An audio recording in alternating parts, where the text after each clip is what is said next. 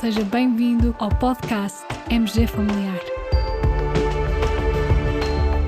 Um podcast sobre temas pertinentes que nos fazem refletir e frequentemente com implicações para a prática clínica. E damos as boas-vindas ao nosso anfitrião, professor Carlos Martins.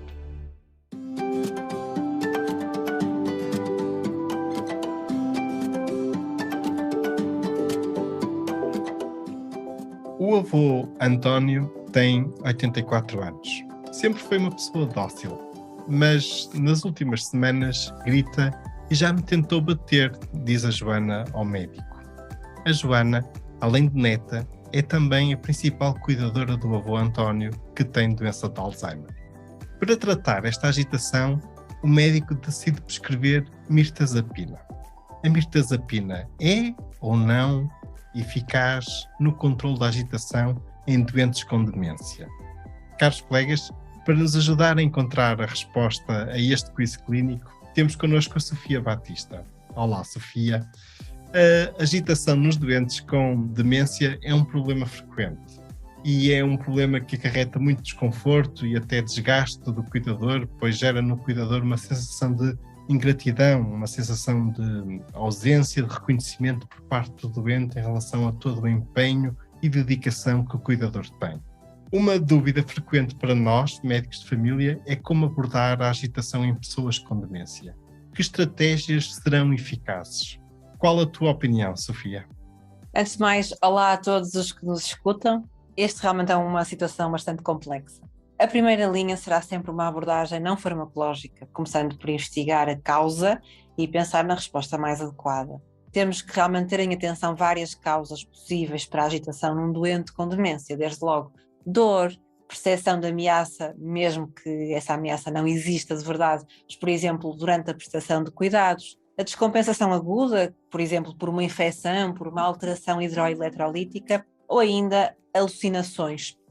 E quando não encontramos uma causa subjacente, ou quando a correção da mesma não resulta em melhoria, aí necessitamos de recorrer a tratamento farmacológico. Neste campo, o caminho também não é fácil e existem várias alternativas, certo?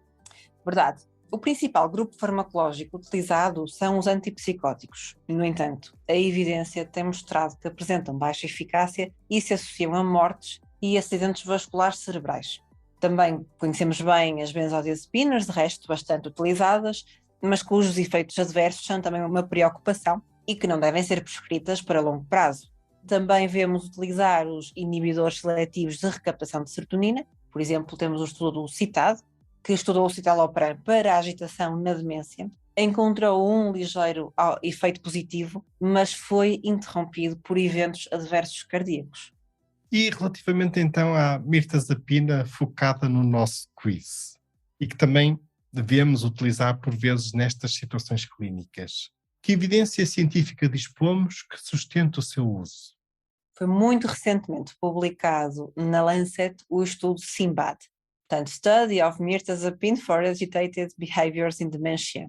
Trata-se de um estudo aleatorizado, com dupla ocultação, controlado por placebo, que foi realizado em 26 centros do Reino Unido. Foi avaliada a eficácia e segurança da mirtazapina, em comparação com placebo, em 204 pacientes com Alzheimer, sendo que 102 no grupo tratamento, grupo da mirtazapina, e os participantes tinham uma idade média de 82 anos, sendo 75% mulheres.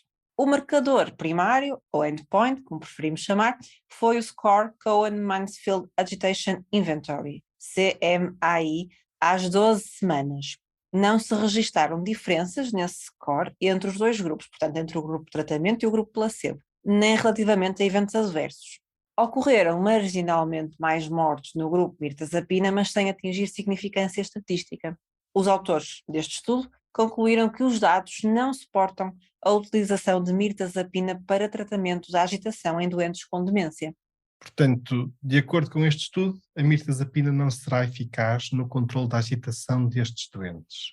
Tens algumas considerações adicionais em relação ao balanço de pontos positivos e limitações deste estudo que nos ajudem a interpretar estes resultados?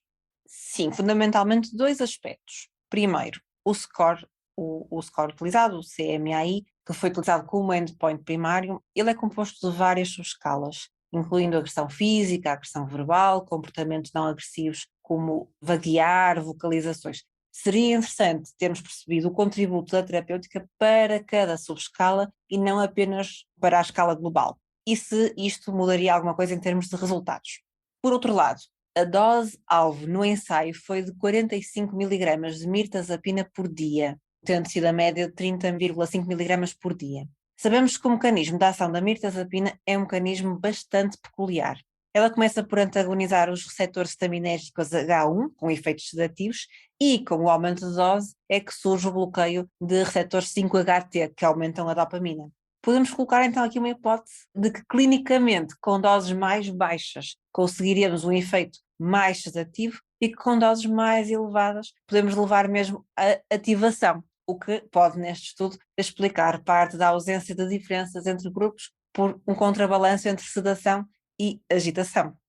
Uma reflexão interessante. Então, no fundo, para ti, qual seria a resposta correta ao nosso quiz? E sim, pelo menos de acordo com este estudo, a mirtazapina não é eficaz no controle da agitação. Concordas com esta conclusão, com esta resposta? Concordo, de acordo com este estudo. Acho que a mirtazapina poderá continuar a fazer parte do arsenal que nós utilizamos, até porque também não foram encontradas diferenças significativas, mesmo em termos de efeitos adversos.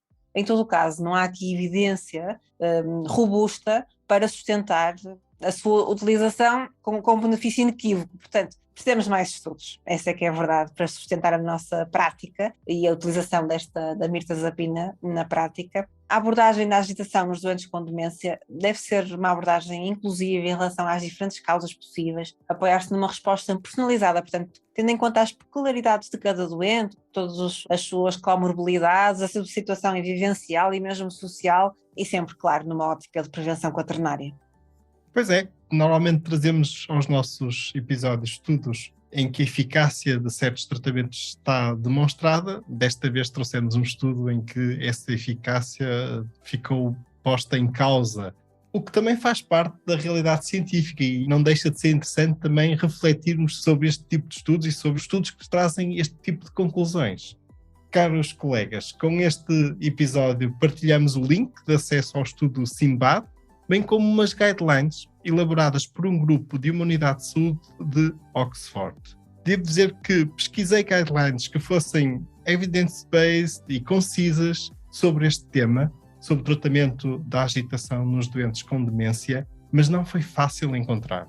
Encontrei estas que me pareceram interessantes e bastante completas, uma vez que integram informação sobre os benefícios, mas também alertas sobre eventuais efeitos adversos dos vários fármacos contemplados. Estas guidelines são de 2019 e temos que ter sempre um sentido crítico ao interpretar quaisquer recomendações clínicas, quaisquer guidelines. Sofia, muito obrigado pela tua participação neste episódio. É sempre um gosto, muito obrigada. Caros colegas, fiquem bem, continuem bem, até ao próximo episódio.